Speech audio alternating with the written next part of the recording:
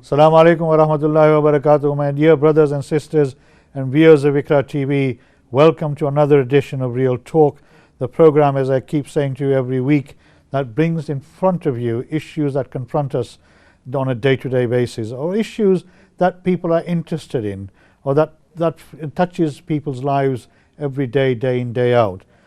Like every time, we try and make sure that when we bring here some of these issues, we also bring along the people who actually behind those issues are trying to make a difference in people's lives and how people are interacting with some of those issues that confronts them on a day-to-day basis.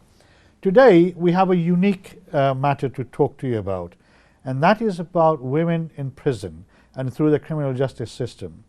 Not many of us may have thought about this issue about women who may commit a crime, as a consequence of that are sent to prison, and how those people are affected not just within themselves, but how they're treated by their family, the community, the rest of society, but also the institution itself, the prison service, whether the prison service is geared up for accepting Muslim women.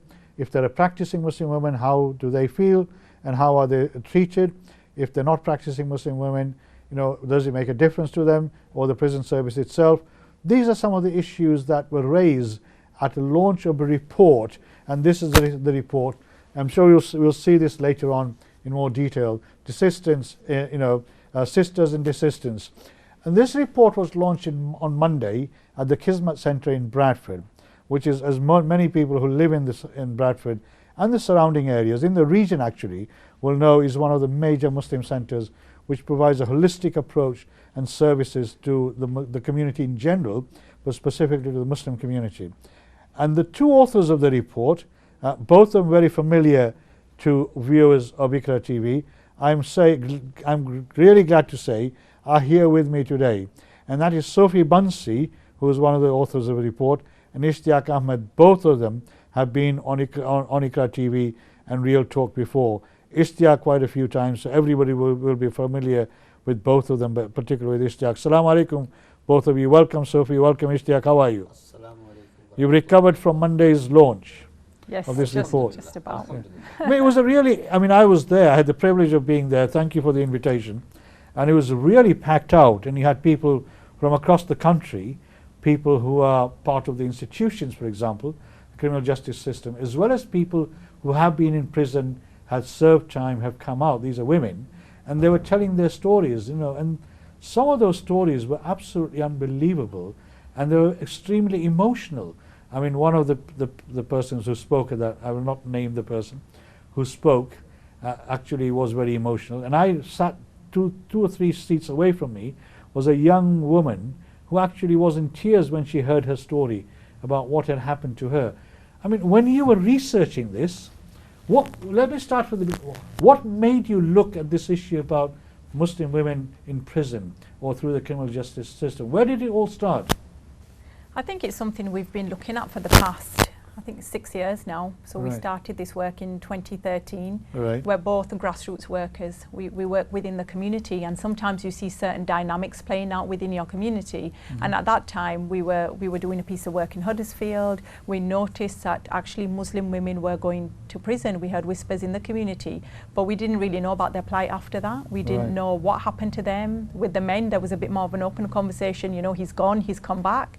So it was really out of a grassroots concern. What's going on, what's happening. Did it surprise you that Muslim women were going into prisons? Yeah, I think I'm guilty of it as well. I never thought, even though I was quite a practiced community development worker by then, I'd never thought of the concept of Muslim women going to prison. I think we are very, I don't know whether it's some level of naivety or just not wanting to believe that a Muslim woman is capable of committing a crime. It doesn't fit the traditional stereotype, I mean, does the it? normal, if there is a normal, that is that a woman might be physically, emotionally abused in the house by a partner, and maybe in retribution she may do something which could then be constituted as a criminal act, and therefore maybe going to prison, right? And that maybe was sort of 1 in a million, maybe. Yeah. But you found out there was slightly more than that. Yeah, I think that's some of the more, I guess, prolific cases that are highlighted in our community were from women who were victims of domestic abuse.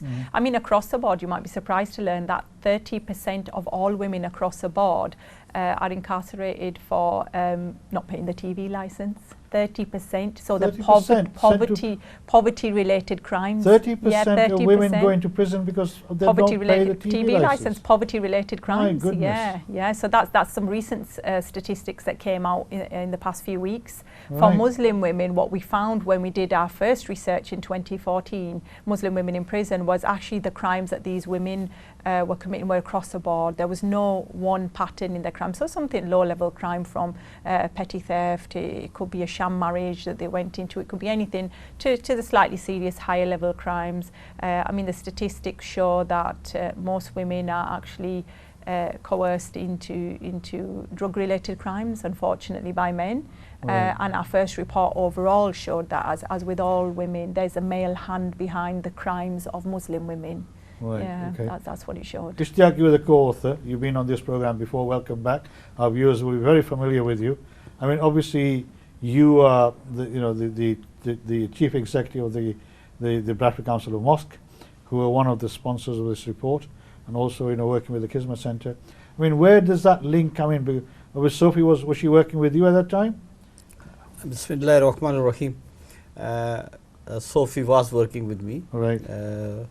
Back in 2013, when we started looking into this issue, and we have stayed together since that. Right. Before I actually developed that, just to say something about Monday morning in the launch, we were extremely encouraged. We were encouraged by the diverse number of people who were present there. Oh, definitely, yes. Nationwide. We had providers there, we had members of our own community, representative from our masajids there. We had women who had lived experience of being a prisoners, and so it was a mixed bag, but very positive mixed bag. Oh, definitely, yes. Of people. So it was.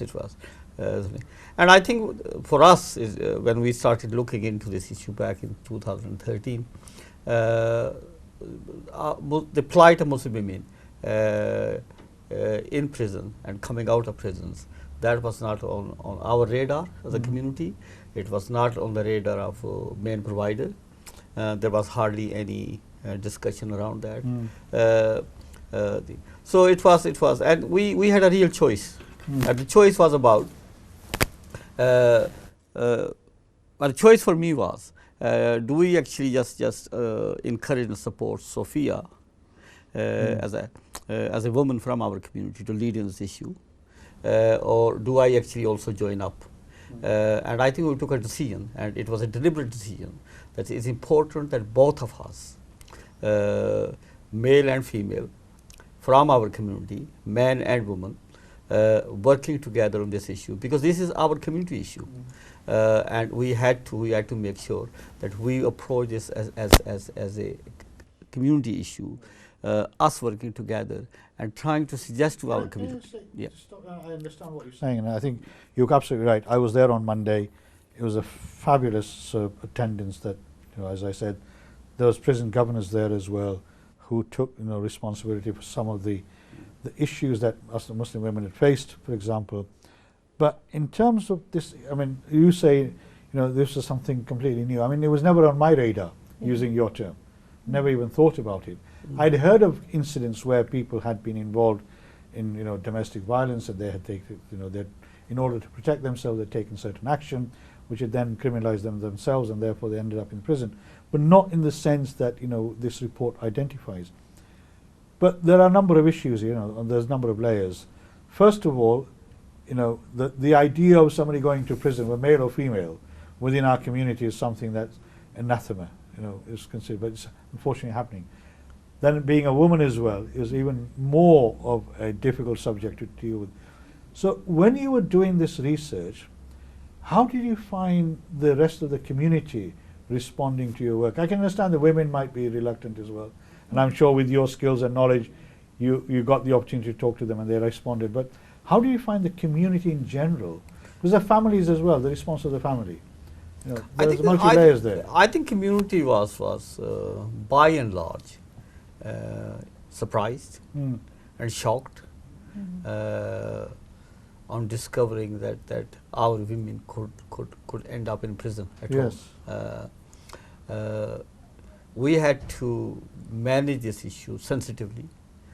We had to work very closely with the families. We had to work very closely with the women and very closely with our community and faith leadership.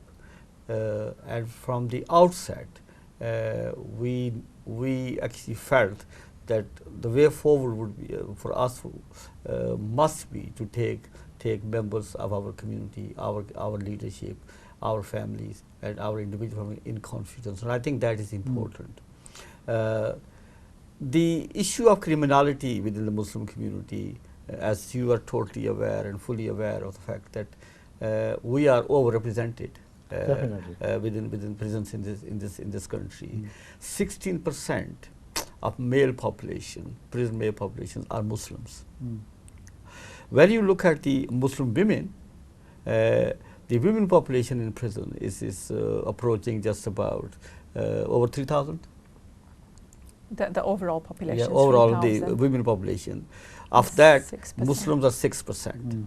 But if you look at BAME, that is the black and minority ethnic communities, Muslims are 35%. Women. So in every sense, we are disproportionately overrepresented within the prison population. Now, as a community which takes pride in being law-abiding, being peaceful, supposed to take pride, being hardworking, we have to be concerned. We have to be concerned that those kind of large percentage and large representation in our prison populations, we have to be concerned. So we said to our leadership, we said to our faith leaders and families that we as a community have no choice but to look at this issue and look at it from where we sit as a community, and we as a community have to come up with solutions. And I think that was our motivation, and that continues to be our motivation. Community solution, faith leader solution, faith institution solution is one issue.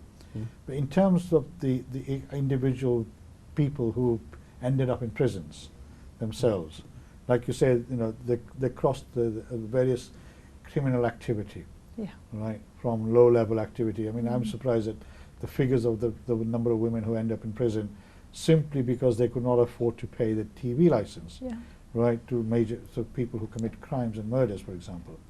Right. That is a broad range of criminal justice activity. I mean, whether you've gone in for a simple issue like not paying your license fee to murder, the concept of actually being in prison in itself is something that brings shame in the majority of cases, doesn't it? So how did you navigate, once they've been convicted and committed, so they've ended up in prison, and how do you find that, what are their mental states of mind about realization about ending up in prison, the institution itself, ending up there? How does the family respond to that? I mean, some families must have shunned them. Is that the majority of people, or did they accept what they've done and so willing to take them back in again? The community is a separate issue. I'll come back to that issue. What was the lived experience of these people? I think incarceration's not easy for any woman of any background. Exactly, yes. But when you're a Muslim woman, and we have to be quite honest and say there's no real concept of Muslim women going to prison. This is why we're talking about this now. We're having to research this now. So really navigating yourself while you're in a prison, understanding the regime, the protocols, which can be quite strict. And you have to understand that Muslim women in prison are the minority within a minority. So sometimes there's a hesitation for them to even speak up or ask for support, ask for access to services, purely because they don't want to be seen as troublesome. They don't want to be seen as somebody that's really making too much noise. They're too loud, and they just feel like they'll be penalized for asking too much. So it can be quite terrifying for some women, and in those cases we do see that women do need that extra support. They will then access maybe more faith support, the chaplaincy support, and then services like ours as well that can actually raise their awareness about the services that are there, give them some sort of encouragement and say, look, we've worked with women like yourselves, we've worked with women who have managed to make it out past the gate. And it's even more, I guess, daunting for women that don't speak English as a first language. And you have to understand that the women that we work with, the clients that we work with, can range from a very young age, 17, 18, all the way up to 67, 68-year-old clients that we have. So it's very much across the board. The oldest client you've come across in prison? 67. Yeah. 67-year-old? Yeah, 67. Right. Yeah. Okay. So I mean, how do the institutions respond to the sort of women coming into the prison from the Muslim community? Were they geared up for it? Were they aware of their issue, what their service needs are going to be, how they're going to be looked after? Were they aware of what, halal food, for example, prayer facilities and things like that? Do you find? I think some people have worked, especially the Muslim chaplains, have worked in the prison system for a number of years now. So they've tried to put in place things like, facilities for prayers, halal food, things like that. But I think it's looking at the particular intersecting needs of those women, some of the cultural baggage that they carry with them, like the shame, the dishonor, the social stigma, potentially being, having families who are upset with them or being cut off from families. That's a very real trauma where they think, well, who can I talk to about this and who will understand? And, the strongest thing that women need sometimes when they're inside is family support, somebody to make a telephone call for, looking forward to somebody coming to visit you. And some women have that, other women unfortunately don't have that at all, and they might be looking at a number of years sentence which they'll have to do on their own, and mentally and emotionally that can be very detrimental to them. And do you find that, in our community, this issue about shame, having brought shame on the family, is more prevalent than it is in other communities? And that obviously has an effect on the prisoners? I think, we have a very real concept of izzat and be'ezati, shame and dishonour within our communities. Unfortunately, we've explored this in our report as well. There's a very real notion that women are the ones who bring shame on the family name. We have looked at male prisoners as well as female prisoners, and again, the female prisoners seem to be carrying that stigma a little bit more, and the label of dishonouring a little bit more. And as communities, I know especially the South Asian community generally does spend years and years building up their social status. That's what it's about, isn't it? Whether we do that through education, whether we do that through marriage into equally affluent or respectable families, whether we do that through monetary gain. So izzat is a very, very strong concept, and having that severed or being brought down a couple of notches because you had a daughter or a mother or a sister go to prison has very real implications. And sometimes families can be aggrieved, and other times we found actually families are quite supportive, but other people hold them to account. So extended families might say, well, why are you taking her back? She's an offender now, why are you taking her back? She's done your be'ezati. Or an outside community member might say, oh, she's the one that went to prison, we saw it in the newspaper, we've heard about it. So some of our work through the resettlement work was actually mediating between family and the prisoner and saying that, look, this is something very real that has happened. How do we look at this through a faith context instead of a cultural context? And this is where a lot of, the faith talks about forgiveness, it talks about second chances, and this is why women are really drawn to faith when they are incarcerated. The fact that they know that Allah subhanahu wa ta'ala will forgive them if they are genuinely remorseful for what they've done. There is that second chance there. And I remember a very powerful quote where a woman had said to us, it's easier to ask forgiveness from Allah Ta'ala than it is our community. And that is a very powerful point she made. It is, on the day as well. So I agree with you that the community sometimes can be more vicious than their own families, because families, are by and large loving and caring. I mean, we were hoping, inshallah, that we were going to get one of the women who was involved in this project to come here as well and provide her own testimony. As I say on Monday, excuse me, she was very emotional, and that affected all the members of the audience as well. And it was really powerful in what she was saying. But the community, excuse me, the community obviously plays an important role. And you work with the faith community as well as the community. So you've been doing that for donkey's years that I've known you for. On this particular issue, how did you find the response? I mean, obviously there's this issue about izzat, be'ezati and things like that. And that must have been a hindrance to you. Well, response is at different levels, isn't it? The first response is one of shock. Yes. How could this be? We accept the male members of our community and go into the prison, but our women, absolutely no. So the first response is usually one of shock and silence. Yeah. The second response is, well, they are minority within a minority. Okay. Why should we make this a major issue? Right. Yeah. So they want to brush it under the carpet. Precisely. Right. And the third one is, and this is usually from the families, that enough shame has been inflicted on us. We want to keep it silent, and we really want to move on. So they don't want to talk about it. They don't want to talk about it. Do they want to shun the person who had committed the act and gone to prison? In some cases, I think we have a mixed experiences of women. There are some women who have gone back to the families, and they have been taken in and accepted back their parents or their husbands or whatever.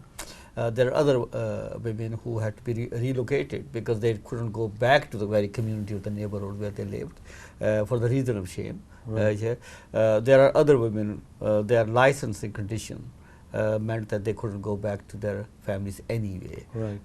So there are mixed experiences, but the whole concept of shame and embarrassment and bringing the family into dispute, and parents saying, look, we have 3 other daughters, we have to think of them as well. Yes.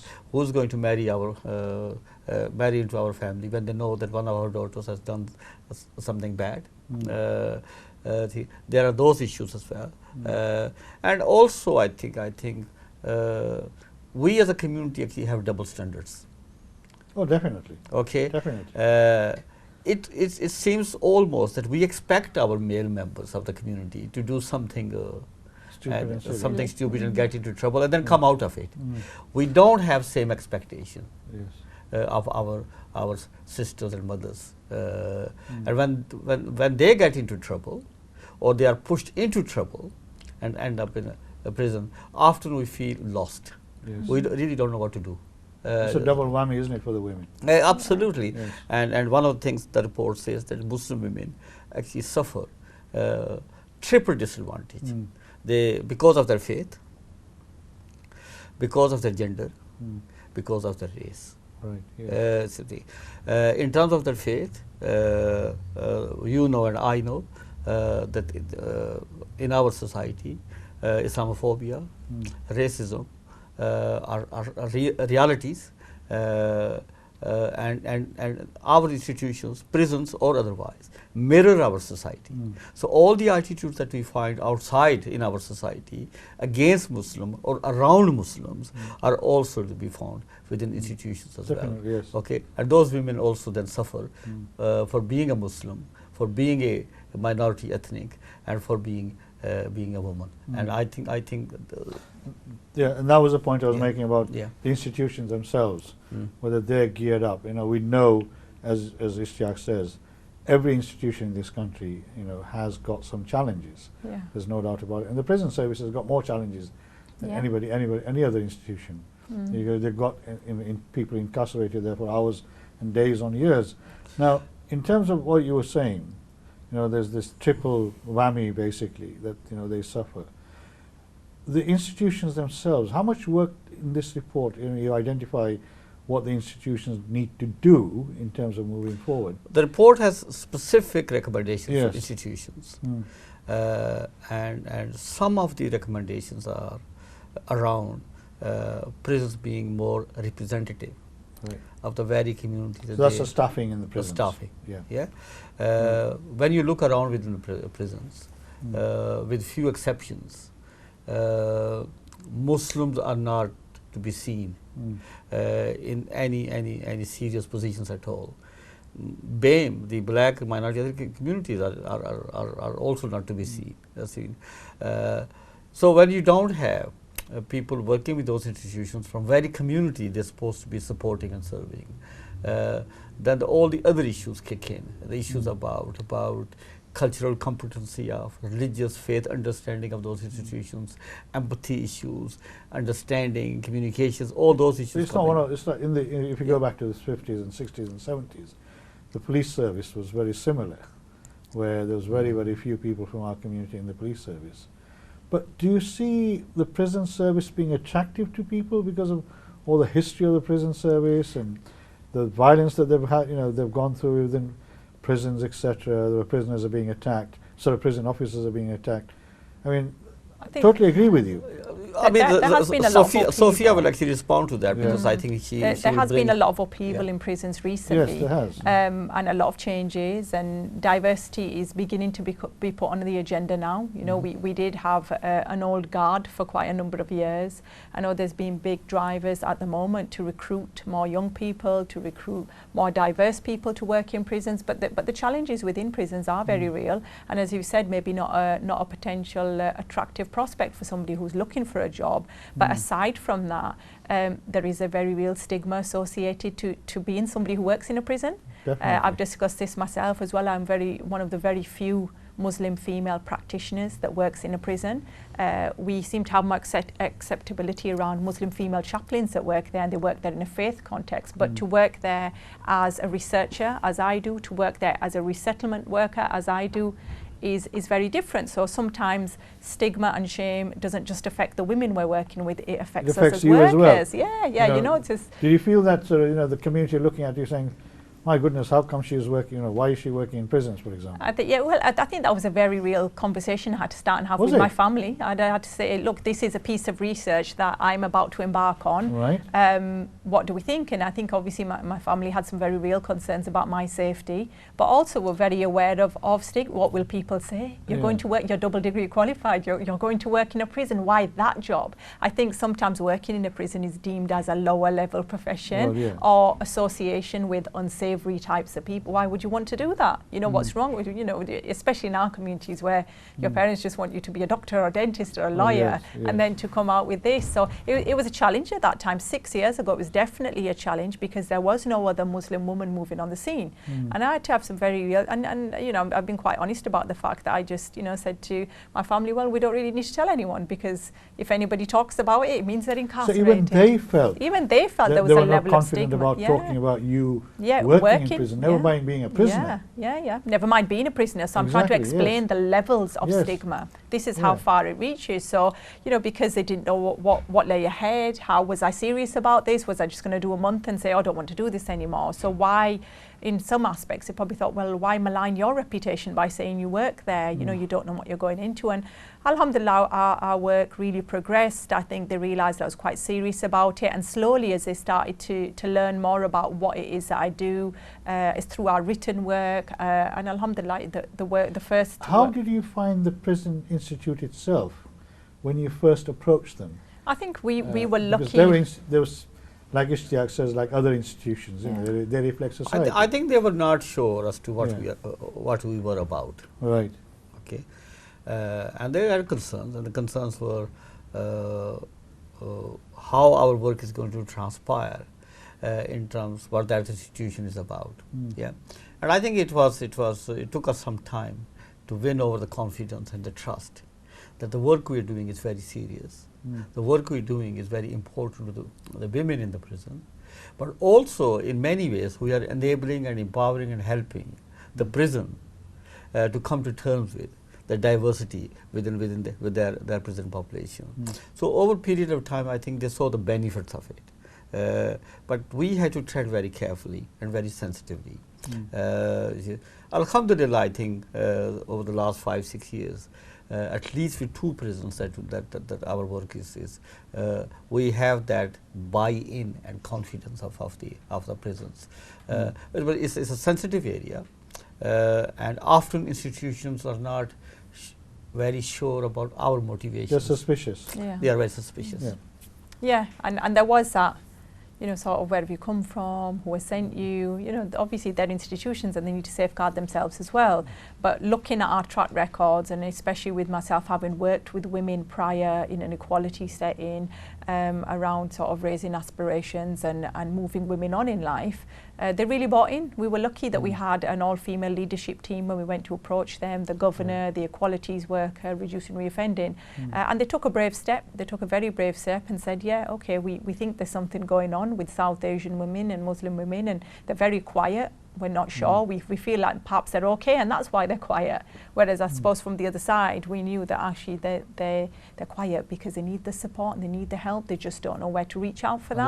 They were not getting it. They were not. They were. I think they were afraid to access, and there were some very real ideas that they had around, will this be culturally competent? If I explain to somebody about shame, if I explain to somebody about the challenges I have with my family, or the fact that I might not be able to return back to where I came from, even things like, I think quite often when women do come out of prison, sometimes they're told to go and live alone, and we know it's not acceptable within our communities for a single woman to go and live alone until she is married. You know, and that's a very real concept that sometimes I found myself explaining to other service providers that, look, she has to go back home, or she has to go and live with somebody within the family setup, because whether she's in her 20s, whether she's in her 30s, if she is not married, it's just not deemed suitable. It's not appropriate. I mean, there were some really powerful testimonies that day about women who found themselves in prison. And one of the things they talked about, you know, one of the sisters who stood up and spoke was about not being informed about her rights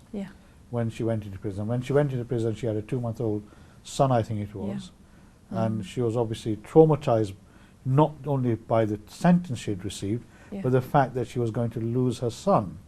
And the prison had not informed her that there was a mother and baby unit where she could have had her son with her. And the governor, give her credit, from New Hall Prison, actually stood up and apologized. Although it didn't happen on her watch. It didn't happen on her watch. It didn't happen when she was the governor.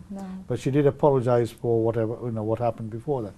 Now, those are very important issues, isn't they? Of course. So it goes back to this question I raised about, does the prison service, I mean, I don't know how many female Muslim chaplain sisters there are in the prison service. I know there's quite a lot of men chaplains. I mean, Mufti Yusuf, who our coordinator, used to be one as well. You know, and quite a few of them are there. And I think one of the first ones that was appointed in this country was appointed in Wakefield many, many years ago. And it was through my offices in Wakefield Town Hall. So, you know, that's happened, now it's quite common.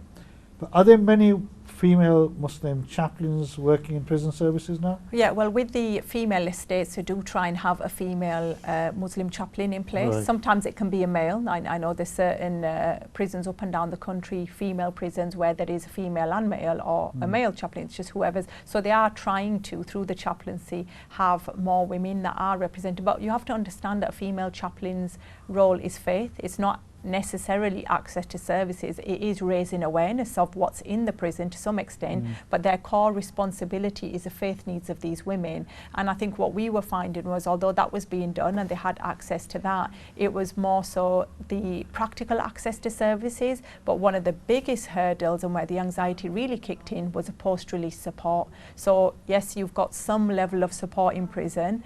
You know, there is a requirement for more, but walking into the actual darkness is when you walk beyond the prison gate. Who's waiting for you on the outside? Are your family there or not?